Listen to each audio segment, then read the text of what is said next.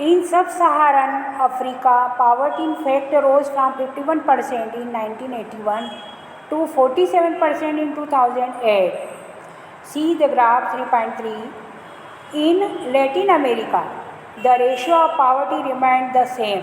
It has declined from 11% in 1981 to 6.4% in 2008. The Millennium Development Goals of the United Nations calls for reducing the proportion of people living on less than. सब सहारा Africa में गरीबी वास्तव में 2005 के 51% से घटकर 2015 में सिर्फ 41% रह गई थी, जैसा कि आप इस आलेख में देख रहे हैं। लैटिन अमेरिका में निर्धनता का अनुपात वही रहा है। यहाँ पर गरीबी रेखा 2005 में 10% से गिरकर 2015 में 4% रह गई थी। रूस जैसे समाजवादी देशों में भी गरीबी पुनः व्याप्त हो गई, जहाँ पहले अधिकाधिक रूप से कोई निर्धनता थी ही नहीं। अंतर्राष्ट्रीय निर्धनता रेखा की परिभाषा के अनुसार विभिन्न देशों में निर्धनता के नीचे रहने वालों का अनुपात दर्शाती है। संयुक्त राष्ट्र के नए सतत विकास के लक्ष्य को 2030 तक सभी प्रकार की गरीबी खत्म करने का प्रस्ताव भी रखा गया है। Causes of poverty. There were a number of causes for the widespread poverty in India. The low level of economic development under the British colonial administration, the policies of the colonial government ruined traditional handicrafts and discouraged development of industries like textile. The low rate of growth persisted until the 1918. The failure at both the fronts, promotion of economic growth and population control, perpetuated the cycle of poverty. Bharat में बड़े स्तर पर गरीबी के अनेक कारण हैं। British औपनिवेशिक शासन के दौरान आर्थिक विकास का निम्न स्तर था। औपनिवेश सरकार यानी ब्रिटिश सरकार की नीतियों ने पारंपरिक हस्तशिल्पकारी को नष्ट कर दिया था और वस्त्र जैसे उद्योगों के विकास को हतोत्साहित भी किया था। विकास की धीमी दर 1980 के दशक तक जारी रही थी। इसके परिणाम से रोजगार के अवसर घटे और आय की वृद्धि दर भी गिर गई थी। इसके साथ साथ जनसंख्या में उच्च दर से वृद्धि हुई। इन दोनों ने प्रति व्यक्ति आय की दर को बहुत कम कर दिया था। आर्थिक प्रगति को बढ़ावा और जनसंख्या नियंत्रण दोनों पर असफलता के कारण निर्धनता का चक्र लगातार बना रहा। सिंचाई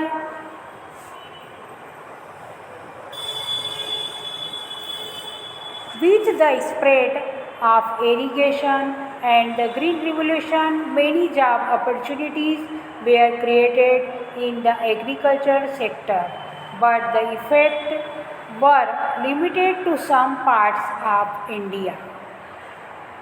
These were not enough to absorb all the job seekers unable to find proper jobs in cities. Many people started working as rickshaws, pullers, vendors, construction workers, domestic servants, etc. With irregular small incomes, these people could not afford expensive housing. They started living in slums on the outskirts of the cities, and the problems of poverty, largely a rural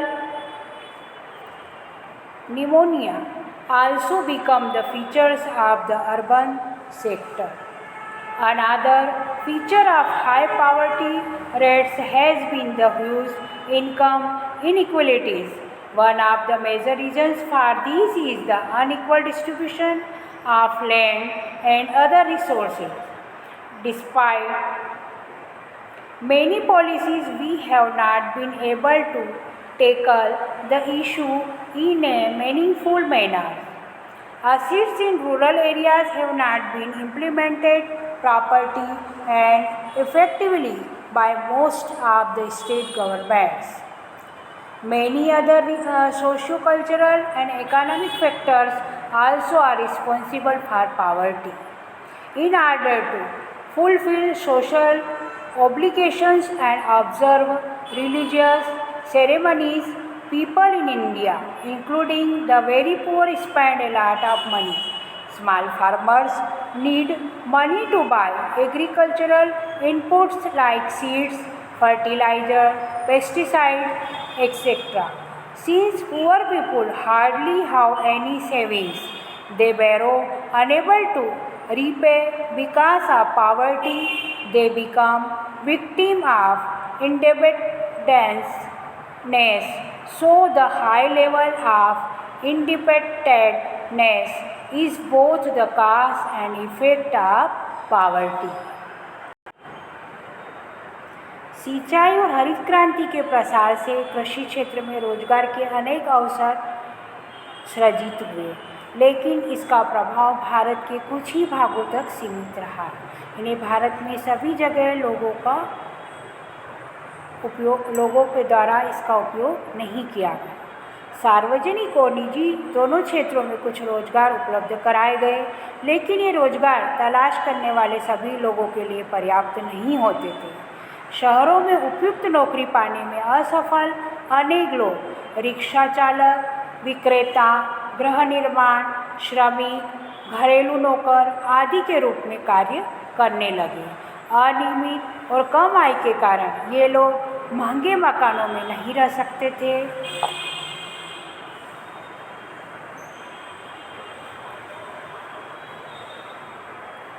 ये शहरों में बाहर झुग्गियों में रहने लगे और निर्धनता की समस्याएं, जो मुख्य रूप से एक ग्रामीण परिशिष्ट में परिघटना ही थी, शहरी क्षेत्र की भी एक खासियत बन गई।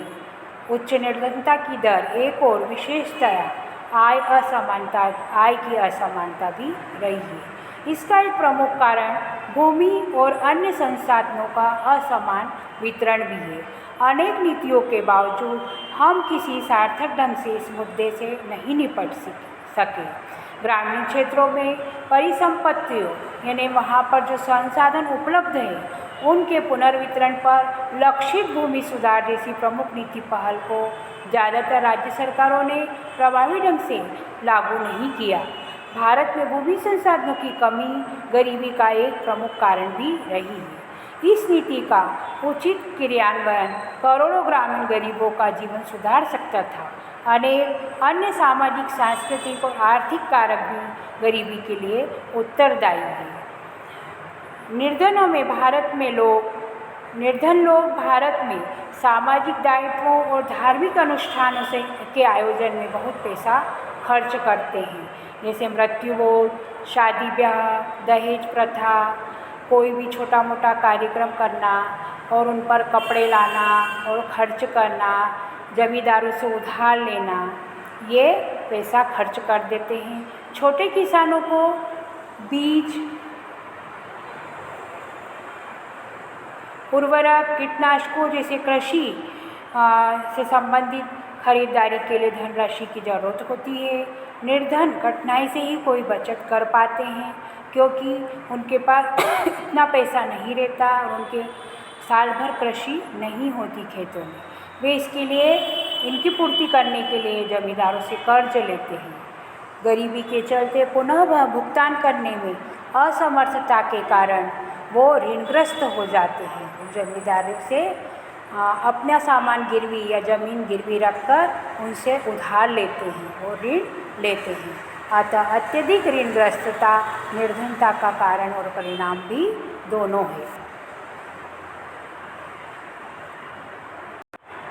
एक गरीबों में निर्धनता के कारण जैसे ऋणग्रस्तता, उनमें बचत की कमी, रूढ़िवादिता, सामाजिक रीति रिवाज निभाना, अशिक्षा का होना, ये सब के कारण भी वह गरीब ही रहते हैं और उनमें बचत की प्रवृत्ति भी नहीं रहती है। और उधारी की प्रवृत्ति ज़्यादा रहती है, इस कारण भी वो दिनों दिन गरीब होते जाते हैं।